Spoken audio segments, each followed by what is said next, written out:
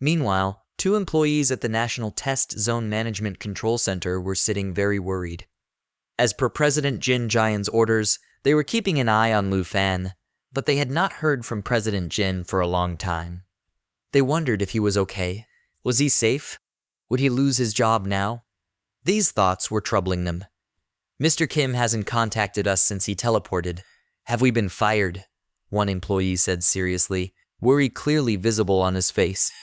There was a sense of dread in his voice. The other employee calmed down a little and said, "Don't take it as bad luck. Maybe Mr. Kim has dealt with the job himself, and maybe we don't need him anymore." He took a deep breath, as if trying to calm his own fears. There was panic in the room, but then suddenly there was a sound at the gate. One of the employees' attention shifted from his work to that direction. One of them got up and walked towards the gate, and then as he raised his hand to open the gate, another employee said, "Mr. Kim told us to keep an eye on Lu Fan, so let's just keep an eye on him. Don't go looking for trouble." There was a kind of restraint in his voice, as if he had convinced himself that they should remain patient under all circumstances.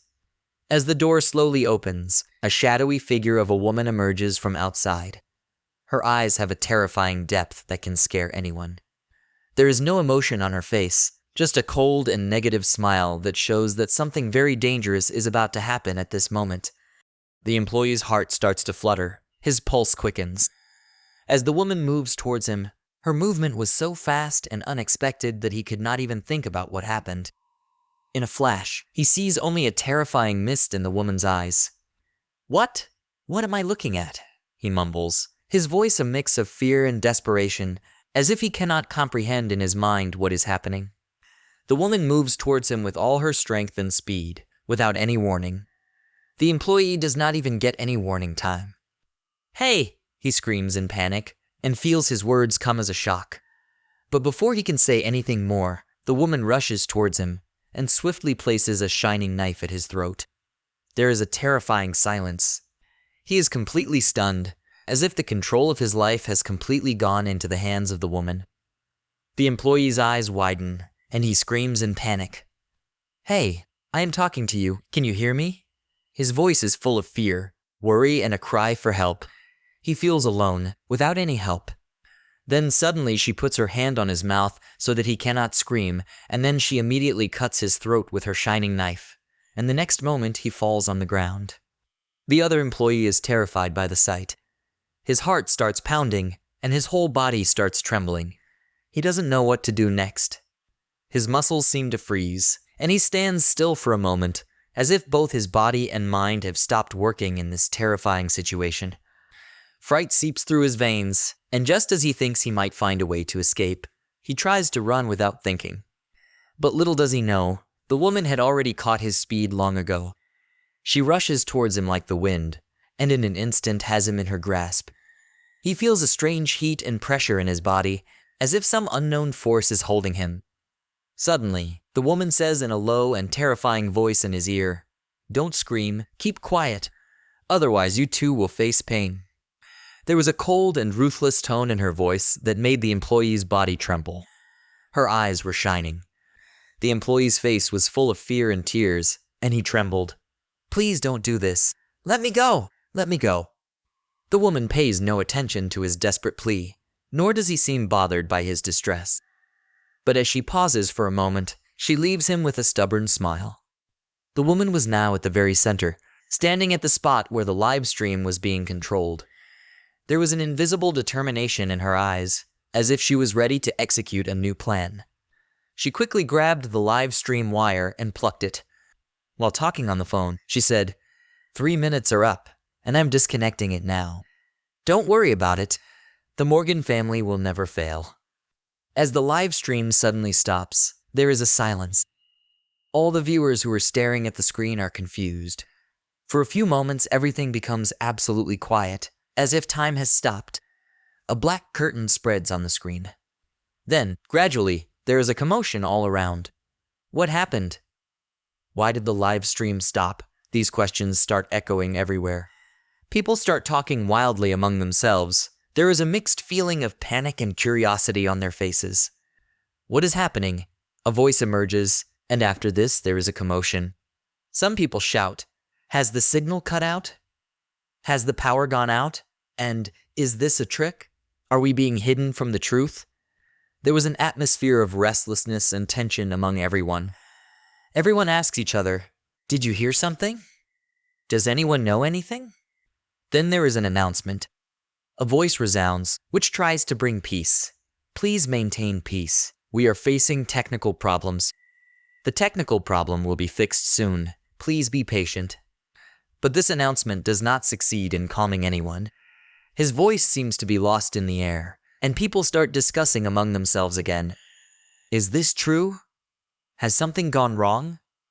We need to meet the person in charge of the live stream. Vice Principal Zhao looks at old Ahan with a serious gaze and whispers into his ear, "Hey Oldja, as usual, it's Tai Kai Nation who's causing trouble." Oldja's eyes show no particular reaction, but he quietly says, "Star Tribe's nation is not a simple country either." There was an odd silence in his voice, as if he was simply ignoring the situation. Meanwhile, another employee's nervous voice is heard. "Hey Mr. Kim, you're the person in charge. Go ask him." The other person replies, a little confused and troubled, "Hey, where is Mr. Kim? He was here just now. Where did he go?" There was a slight concern in his voice. The employee says, "I don't know. I think someone called him just now." And as he says this, there is some more confusion and doubt. The scene changes to what was happening at the end of the corridor outside the war room. Here, President Jin Jian's serious voice resounds. "You are already quiet. Mr. Morgan, you said you wanted to talk to me about something." His voice was full of authority and control. The old man from the Morgan family goes silent for a few moments. He thinks inwardly, the Morgan family is never defeated, and then he maintains his calm and says, "I said I would take 3 minutes of your time, but really, I have nothing to discuss with you."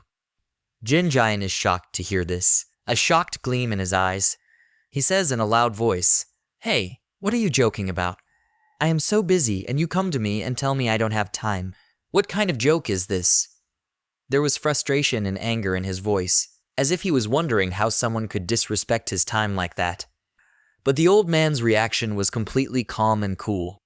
He slowly walks away, adjusting his hat, as if nothing had affected him. He says, 3 minutes are up. Thank you, Mr. Kim." And then he says in a slightly colder tone, "With that, I bid you goodbye." Musashi Ten's face is full of surprise and curiosity. He asks in surprise, "What are you saying?